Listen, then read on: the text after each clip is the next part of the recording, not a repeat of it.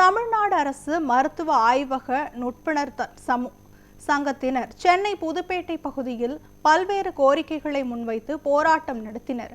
இதுகுறித்து போராட்டக்காரர்களிடம் நமது செய்தியாளர் லட்சுமணன் பழனி நடத்திய கலந்துரையாடலை தற்பொழுது பார்க்கலாம்.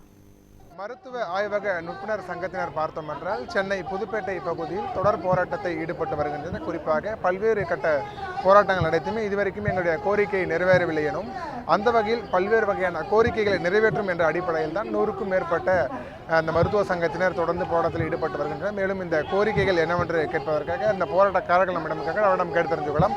சார் வணக்கம். இப்போ நீங்கள் தொடர் போராட்டமாக ஒரு பல்வேறு கட்ட போராட்டம் நடத்திட்டு வரீங்க. இப்போ இன்னைக்கு இந்த போராட்டம் நடத்துறீங்க, என்ன காரணம்? முதல்ல இப்போ இங்கே நடத்துறதுக்கான தொடர்ந்து எங்கள் கோரிக்கை சம்பந்தமாக நாங்கள் ஒரு 20 ஆண்டுகளாக போராட்டியிருக்கோம் சார். ஒரு 20 அம்ச கோரிக்கைகளை வைத்து அது முதன்மையான கோரிக்கையாக காலி பணியிடங்களை நிரப்பணும். இந்த காலி பணியிடம் நிரப்பாதனால பல மக்கள் பாதிக்கப்படுறாங்க. காலி பணியிடத்தை 4 லேப் டெக்னீஷியன் இருக்க வேண்டிய இடத்துல ஒருத்தர் வேலை பார்க்குற மாதிரி இருக்குது. அதனால் மக்களுக்கு உடனடியான தீர்வுகள் கிடைக்கிறதில்ல. நாங்கள் அதையும் மீறி இவங்க பல்வேறு திட்டங்களை மருத்துவத்துறையில் திட்டங்களை அறிவிச்சிட்டே இருக்காங்க.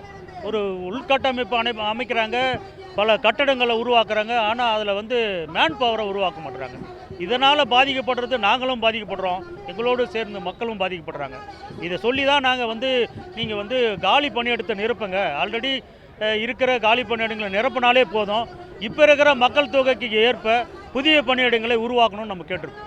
அது பல்வேறு மருத்துவமனைகளில் புதுசாக உருவாக்கியிருக்காங்க. பல்வேறு மாவட்டங்களில் மாவட்ட மருத்துவமனைகளில் மேம்படுத்தியிருக்காங்க. அங்கே 30 பெட்டு இருந்த ஹாஸ்பிட்டலில் இன்றைக்கி 300 பெட்டு ஆக்கியிருக்காங்க, 100 பெட்டு ஆக்கியிருக்காங்க, 50 பெட்டாக இருந்ததை 300 பெட்டு ஆக்கியிருக்காங்க. இது மாதிரி பல்வேறு மாவட்டங்களில் இந்த மாதிரி உருவாக்கியிருக்காங்க. ஆனால் அதுக்கான ஆல் ஸ்ட்ரென்த்து மேன் பவரை உருவாக்கினா தானே அந்த மருத்துவமனையை மக்கள் சிறப்பான ட்ரீட்மெண்ட்டை எடுத்துகிட்டு போக முடியும். அது இல்லாததுனால பல்வேறு குறைகள். நாங்கள் இரவு பகலாக உழைக்கிறோம்.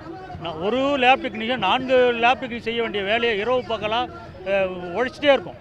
அதுதான் சொல்லி நாங்கள் இந்த வருஷத்தில் எத்தனை போராட்டங்கள் எங்ககிட்ட இருக்கிற 20 அம்ச கோரிக்கை இருக்குது. 20 அம்ச கோரிக்கையை நீங்கள் நேரடியாக கூட்டு பேச்சுவார்த்தை நடத்தி சுமூக தீர்வு காணணும்னு கேட்குறோம். இதுக்கப்புறமும் கூட்டி பேசலைன்னா அடுத்த கட்ட செயற்குழுவை கூட்டி நாங்கள் அடுத்த கட்ட போராட்டத்தை திட்டமிடுவோம். தகவலுக்கு நன்றி சார். குறிப்பாக போராட்டக்காரர்களின் கருத்தாக என்னவென்று பார்த்தால் தொடர் போராட்டமானது தொடர்ந்து அதிகரித்து தான் வரும் எனும், மேலும் எங்களுடைய கோரிக்கையில் நிறைவேற்றி தர வேண்டும் எனும், அடுத்த கட்டமாக செயற்குழு கூட்டி அடுத்த கட்ட நடவடிக்கைகள் என்ன செய்வது என்று குறித்து தொடர் ஆலோசனை மேற்கொள்ளப்படுவதாக போராட்டக்காரர்கள் தன்னுடைய கருத்துக்களை பகிர்ந்துள்ளார்கள். நியூஸ் 7 தமிழ் செய்திகளுக்காக ஒளிப்பதிவாளர் பரசுராமன், செய்தியாளர் லட்சுமணன் பழனி.